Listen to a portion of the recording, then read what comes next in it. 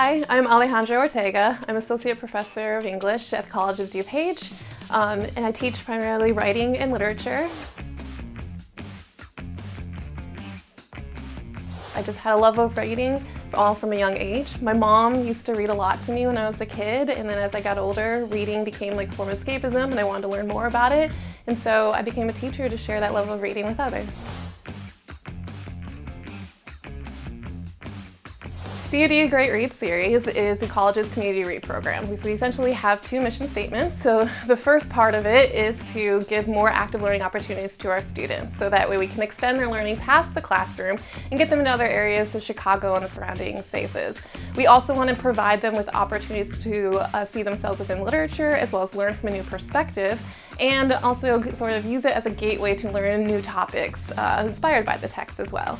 The other part of it is to extend our resources to the community. So we'll hold different programming, like at libraries, and this way our community has access to COD resources. So our selection process is actually with a committee, and so what happens is that all the committee members put forth some books that they want to read. We take the summer to read it, and then we vote on it in the fall. As far as content for the books, we try to make sure that it is a contemporary author, so it has to be something that's been published within the last few years. Authors still alive, so that they can come to COD and hold events as well with us. But then we also want to check and see how many different areas that it can be touched on across the different divisions, and then also what voices we can elevate for our students to either connect with or learn from. So this is the 2025-2026 Great Read selection. It's Foul Lady Fortune by Chloe Gong. It is a retelling of Shakespeare's As You Like It, set in 1930s Shanghai. So it is dealing with a lot of young adults who are sort of grappling with this very interesting moment in history with the different political factions. It has a lot of espionage, a lot of different adventures as well.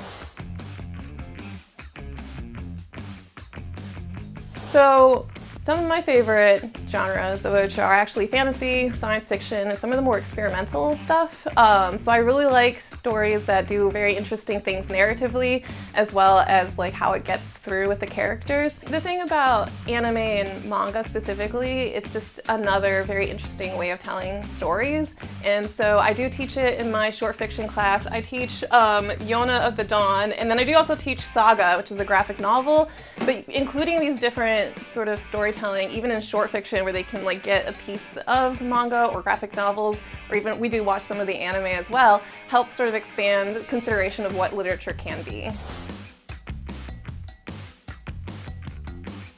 Outside of literature, I absolutely love anything sci-fi, fantasy, or anime related. Anime is broken up by its audience form of shoujo, which is written for girls, shonen, which is boys, and then seinen, which is adult men, and josei, which is adult women.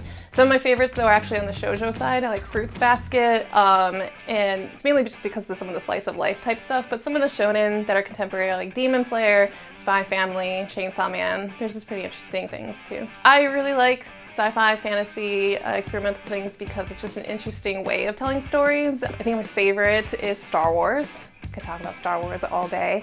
I saw Star Wars when I was 8 years old, and ever since then it just kind of took off from there. I think one of my favorite Star Wars facts is that at Anakin and Padme's wedding, they couldn't exchange rings, and so they exchanged droids, and that's why in the first half of the movies, you see C-3PO with Anakin, but after they get married, he is with Padme, and R2-D2 goes with Anakin.